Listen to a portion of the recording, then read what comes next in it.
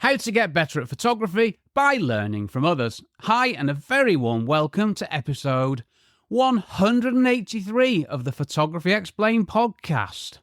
I'm your host, Rick. In each episode, I will try to explain one photographic thing to you in plain English in less than 27 minutes-ish, without the irrelevant details. I'm a professionally qualified photographer based in England with a lifetime of photographic experience, which I share with you in my podcast. Well, it's been a bit of a week, I'm not going to lie to you, but here I am now.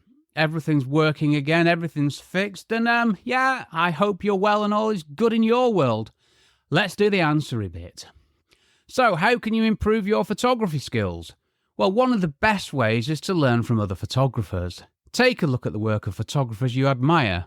What is it about their photos that you like? How did they become so famous?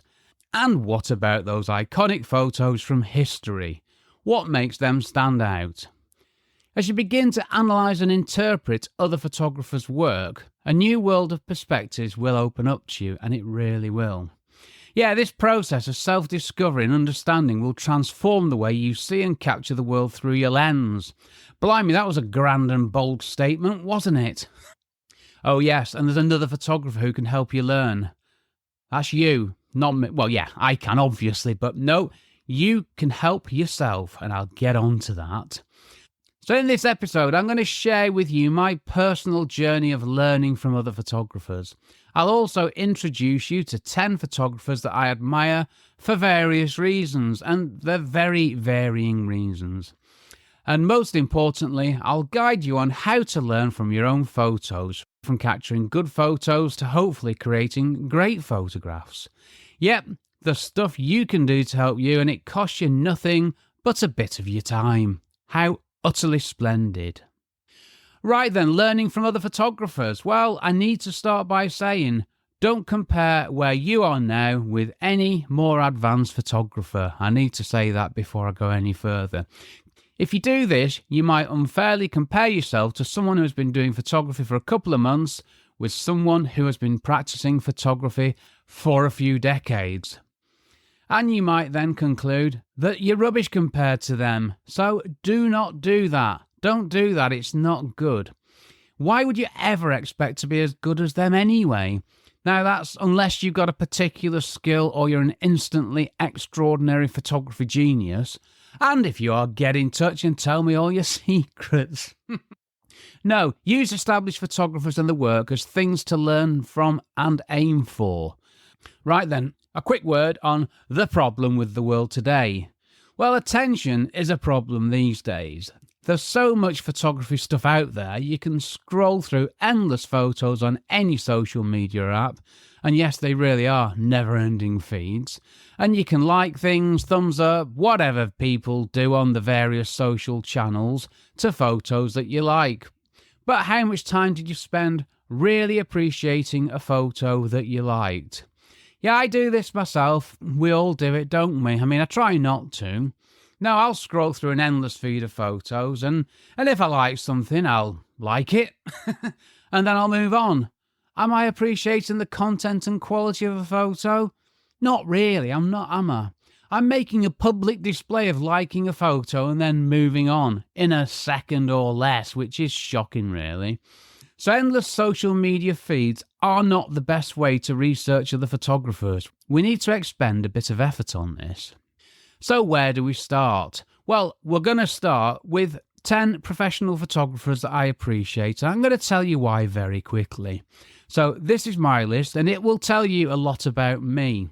And yeah, there are links to all these good folks' websites in the blog post on the podcast website. And no, there isn't an architectural photographer or a construction photographer amongst this lot. Not at all, which doesn't make any sense, does it? But it's my list, isn't it? Right, first up, Ansel Adams. The wonderful, famous Ansel Adams. I don't have many photography books, but I've got one Ansel Adams book that I actually look at. See, I buy a book and I put it on a bookshelf so it looks like I'm intelligent and what have you. And I very rarely read them.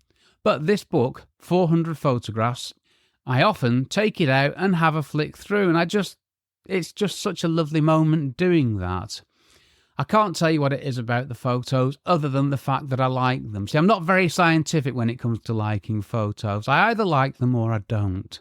Sometimes I analyse why I like them. More often than not, it's my own photos and I'm analysing them to see what I do and don't like about them. But this isn't on my script. It's meant to be about Ansel, isn't it? So I'll get back to the script. I'll come back to this in a bit, maybe. So yeah, I actually look at the photos in this book and I never get bored with the landscape photography work he's done. And every year I get an Ansel Adams calendar for my office, which I'm looking at over to my right now.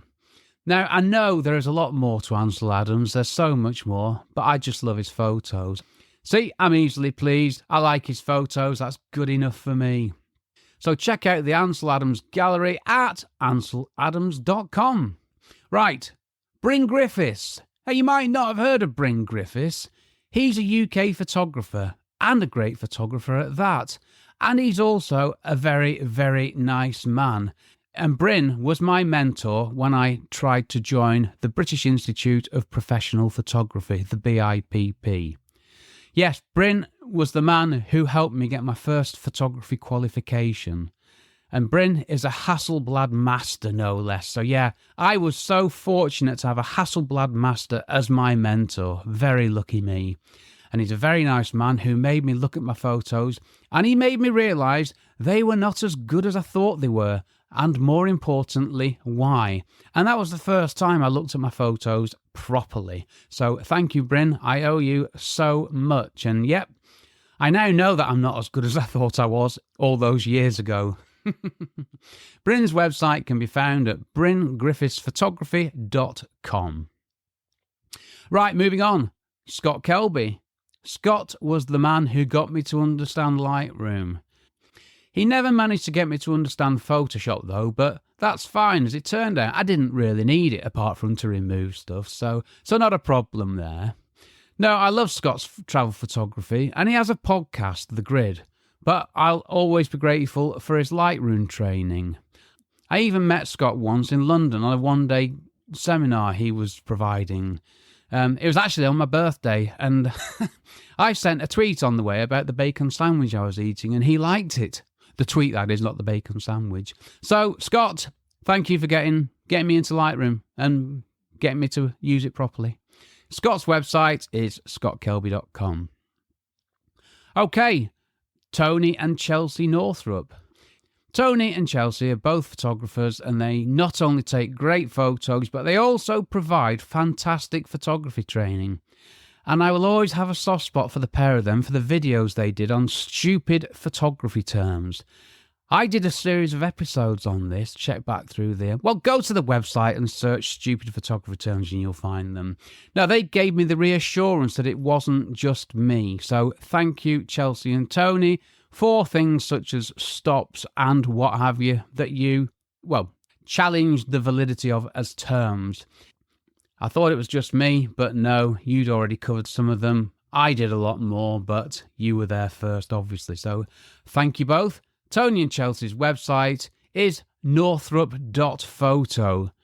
I don't know how they got that web address, but I quite like it. Okay, Trey Ratcliffe. Now, I got to know Trey when he was involved in HDR software development, and HDR is short for high dynamic range. And no, it's not a bad thing. So check out his work, because I'm talking here about HDR, which just it enhances what's in a photo. It makes things pop in such a lovely, unique way. His photos, they've got a really lovely feel about them. And he also has a great daily travel blog, which you can find at stuckincustoms.com, no less. Yeah. Right. Dudley Platypus, a.k.a. Philip Brown. Philip Brown's his real name, and he's a cricket photographer. He's English, like me. He's a cricket fan, like me. But he's a great photographer, unlike me. Philip captures the spirit of cricket in his photos, and it's not just someone taking a wicket or smacking the ball to the boundary or taking a spectacular catch, but it's all the other stuff around the edges. It's such wonderful stuff. So, Philip, you do a wonderful job, and I hate you. I hate you because you're doing my dream job, and you're doing it better than I ever could as well. So, only kidding on the hate thing. Check out his website, philipbrownphotos.com. Sebastio Salgado. That's not a very good pronunciation of his name, but you have to forgive me, I'm English and I can speak English just about. Now, "I photograph the world" is his famous quote, and boy did he. Now, he does amazing black and white photography of the world we live in. This is excellent compositions, excellent subject matter, and complete mastery of light. Now, this is a fantastic combination that we should all aspire to be the best with whenever we can. So check out his website at institutoterra.org. You might need the link on my website for that one. And his website might not be what you're expecting either, but I won't say any more about that. Moving on, Steve McCurry. Quote, "I love being able to travel the world and experience different cultures and landscapes." And he's done that, and in doing so, he's captured so many amazing images that we're all fortunate enough to be able to look at. Now, these are amazing images that I can only ever hope of getting anywhere near. It's wonderful stuff, and he really conveys the feelings of places. You know, that's the secret of travel photography. I'm not saying he's just a travel photographer, but that's the secret of photographing places. It's making people feel like they're almost there or want to be there, make them want to find out more. Now, Steve's website is stevemccurry.com. Okay, Martin Bailey. Martin's a Tokyo-based Brit with the excellent Martin Bailey Photography podcast, which I've listened to for donkey's years now. He's been going forever on it. I think he was one of the first photography podcasts. Wonderful podcast, check it out. And I love his photos too, nature and wildlife. And when I listen to his podcast, he's got such a lovely, calming voice, which I think I try to emulate it, if I'm being completely honest with you, because he's got such a lovely, wonderful tone and a calming, smooth manner. So check him out, martinbaileyphotography.com. Right, Thomas Heaton. Yep, another Brit. A great photographer with a great sense of humour and a lovely way about him. And a massive YouTube channel. That's the thing I love of his. I love his videos, which are on location, and they teach us the stuff we need to know in such a lovely, easy to understand, practical, logical way. It's brilliant training. It's much better than mine. So check him out, thomasheaton.co.uk. Right, that was my list. There's some famous names in there. There's some photographers I know. Some I've met, some I've watched, and some I've listened to, and some I've just looked at the photos. So check these 10 photographers out, have a look at what they've done, and if you like some of them, look into them a bit more. If it's not your thing, that's fine, move on, but find the photographers who you like and appreciate and want to look at more of the work and learn more about. And you'll end up with your own list of photographers. Yeah, you'll have your list. A list of photographers you enjoy, you identify with, and you want to learn from. And if you want to learn photography, this is a great way to do so. You can learn from others who've already done it and do it in a way that you like and identify with. Now, I can't tell you who's going to be on your list. It will evolve over time. And mine does. The odd photographer gets added every now and then, but not that often now I think about it. No, I want you to spend your time looking at what others have done. It's going to help you. It's going to broaden your mind and it's going to add something to the photos that you take. And I can't tell you what that is. I can't quantify it. I can't define it. It's just one of those things that will happen. And how do I know this? Well, this is what I've done and it works. The first step is to find photographers you like and learn from their work. Me, I spent years taking photos without doing this, and I didn't progress much, and when I did, things did change for me. And you will be told not to try and copy people, and I agree to a point. So rather than trying to copy them, take what they do and how they do it, and apply this to what you do. Don't copy them, learn from them. Find out all you can about how they've taken their photos and take the bits out of that. Because once you start finding out this information about how photographers have created photos, it will help you because it'll tell you things that you don't know. This isn't a one-off process. You don't learn this stuff and then just get on with it. No, this is something that you keep doing. It just keeps on evolving and developing over the years. I mean, I'm still doing it now. I'm still learning from other photographers and finding different ways to look at things.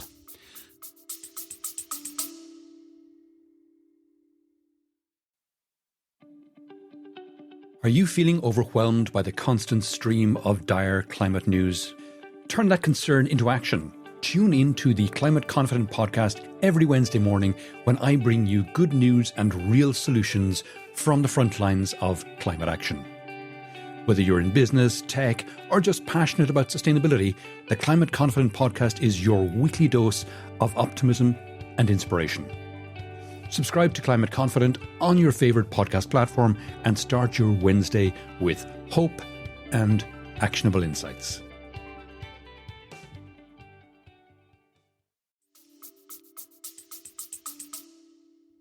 So I think I've mentioned it before.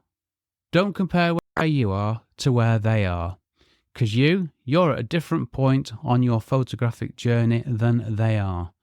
Right, that's all I wanted to say about this. Oh no, there's one more thing. And this is a big thing. There is one other photographer you can learn from. You. Yes, you, dear listener. Now, assuming you've taken some photos, you've got something to work with. So ask yourself these questions. What do you like about your photos? What do you not like about your photos? How many photos do you edit and do something with that you've taken? As in, do you edit 1 in 100? Do you edit every photo? Or somewhere in the middle? How many photos have you taken that you've done nothing with?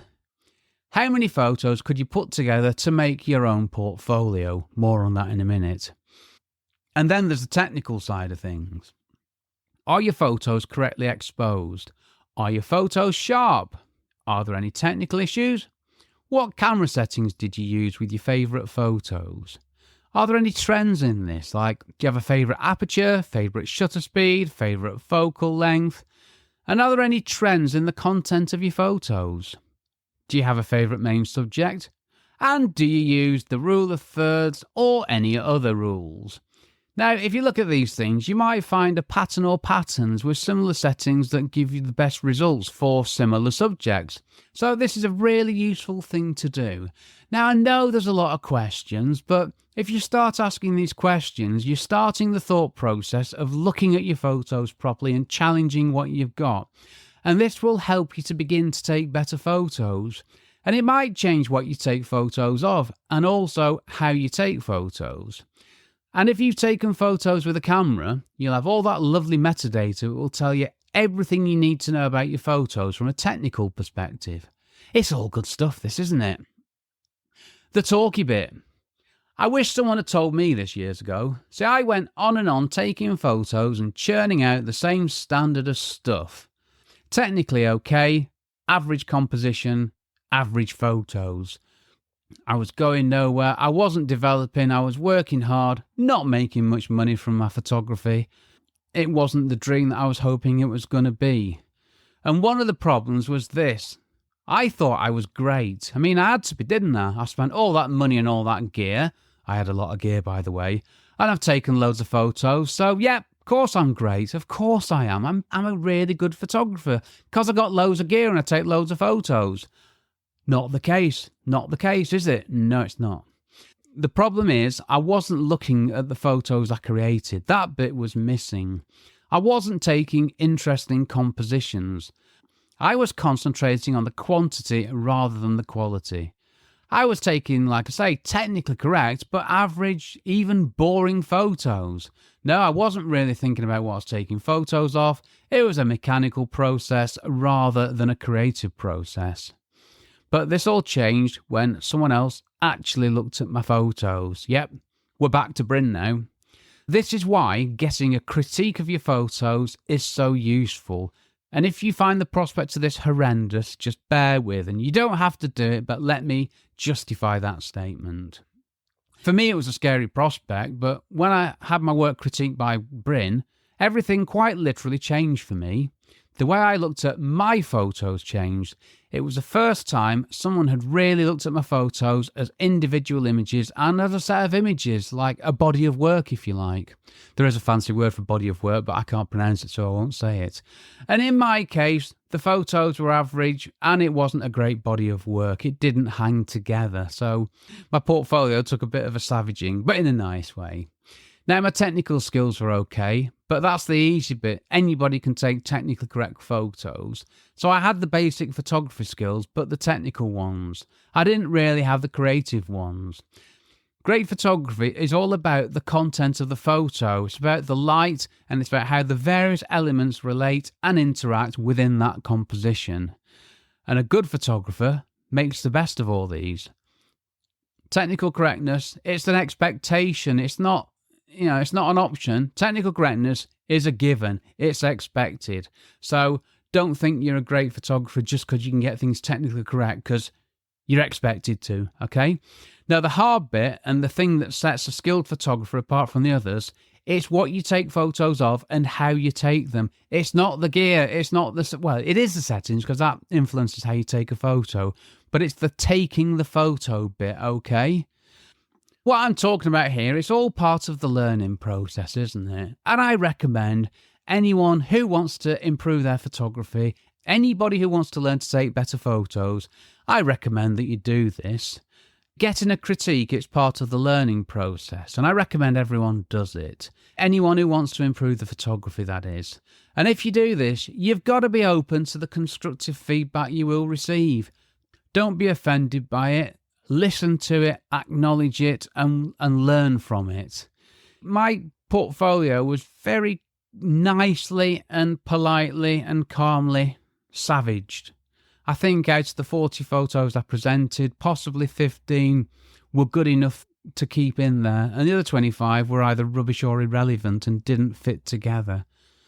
But what I did, and I'm proud of myself for this, I just took what Bryn said on the chin. I've asked for the critique, I've got it, and I acted on it, and I got my qualities, and I got better as well. And I understood a lot more about myself and my photography, so it's all good. One more thing. Before you even think about getting a critique, and if you're not going to bother getting a critique, if you don't want to do it, which is absolutely fine, do this. Pick your 12 best photos.